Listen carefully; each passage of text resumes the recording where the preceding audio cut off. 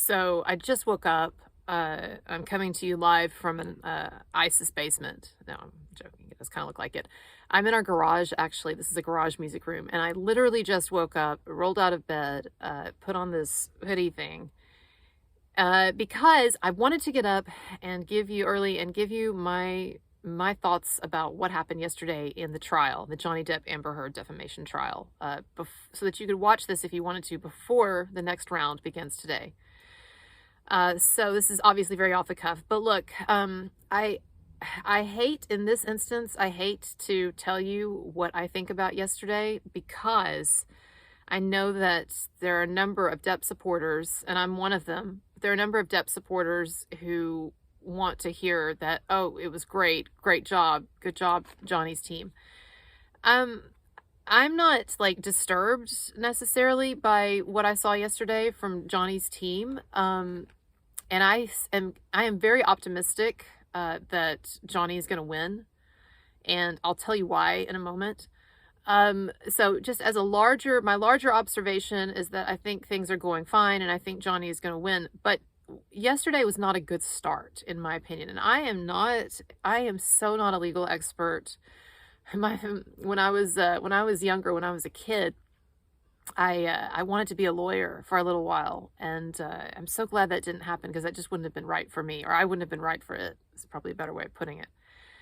And so, look, all that I know about the legal system, I've pretty much gotten from like Law and Order episodes and the O.J. Simpson trial. And as in the upcoming weeks, as I talk about the Amber Heard Johnny Depp situation, you're probably going to get tired of hearing about the O.J. Simpson trial. But that's like my reference point, right, for this kind of celebrity stuff, even though it's a very different situation.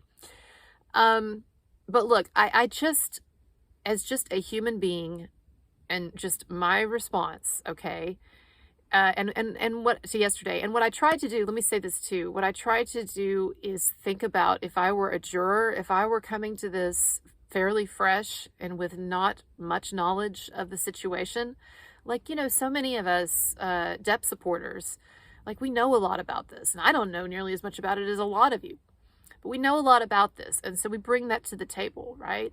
Like, we've heard the audio tapes, stuff like that. I'm trying to get in the perspective of a juror who's coming to this fresh. How would that juror respond or feel about what they saw yesterday? And here's my observation. It's totally subjective. I did talk to a few other people. They had different perceptions. So this is just me for what little it's worth, right? I felt like Johnny's team, I thought their opening statements seemed very nervous to me. I was not impressed just as a public speaker with Benjamin Chew. Now, look, he might be like the best lawyer ever, and he might have constructed the most meticulous case and all of that. So I'm not in a position to doubt him as a lawyer. But as an orator, as a public speaker, I mean, I thought it was kind of nervous and lackluster. And I didn't think that, what's her name, Camille? I didn't think she started well either. Now, she had that unfortunate problem with the microphone, which they ended up, it sounded like adjusting, or she modulated her voice so that it became less of a problem. But she sounded very nervous and stilted. Both she and Benjamin Chew sounded very nervous and stilted to me in their opening statements. I did feel like Camille, as she got the nerves out of her, she got better. And I hate to say this because I know that a number of you, including Andrea, thought that Elaine gave this really like rambling, sort of ridiculous opening statement. And look, for those of us who know the facts, of course it was ridiculous. But actually, like, I hate to say it, I thought she was like the better speaker of the lawyers. Like, she sounded like she was actually just naturally talking.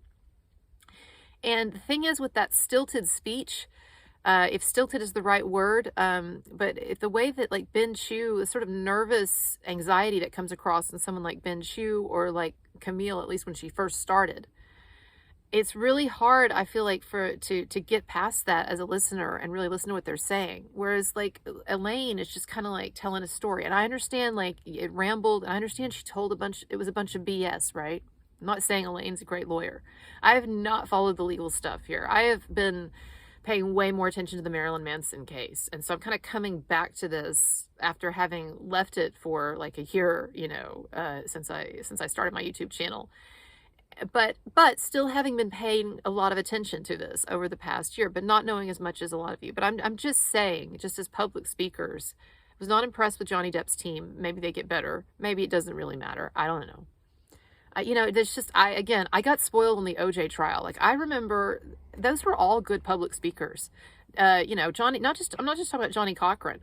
All of those lawyers on the OJ team and the prosecutor team. I know that Marsha Clark and Chris Darden made a lot of mistakes, but just as speakers, they were very natural and unaffected and kind of captivating. And so I was just a little surprised that when you pay the kind of money that Johnny Depp is paying for his legal team, and they might be the most brilliant legal minds, okay?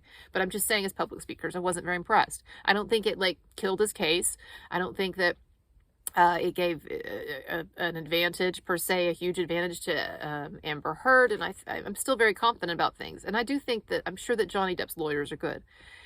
The other thing that gave me pause, though, I don't know what was going on with Christie's testimony, and I'm not trying to be mean or whatever. I know that I know she loves her brother. Thank God she's been there with him. She tried to get him to think twice about that lunatic Amber Heard.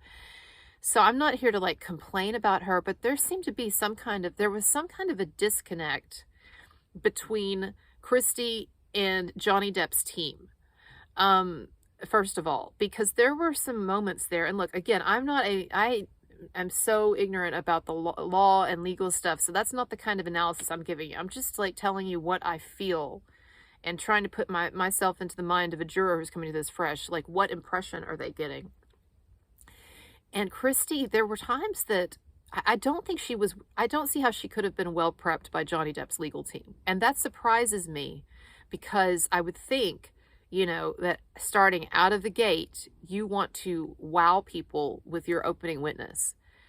That just seems like, again, I'm bringing just my own background, being into literature and film and stuff like that. You want to start a movie really well. You want to start a book really well. And I understand why Christine was there. She was there to show that Johnny does not have an abusive background, or he's not been abusive. He was abused by the mom, and then to talk about what she'd observed with Amber and stuff. It was kind of like a consistency, right? Of I knew him when he was a child, and these were our experiences, and then this is what I saw with Amber. So I didn't mind her being first, but she needed to be a better witness.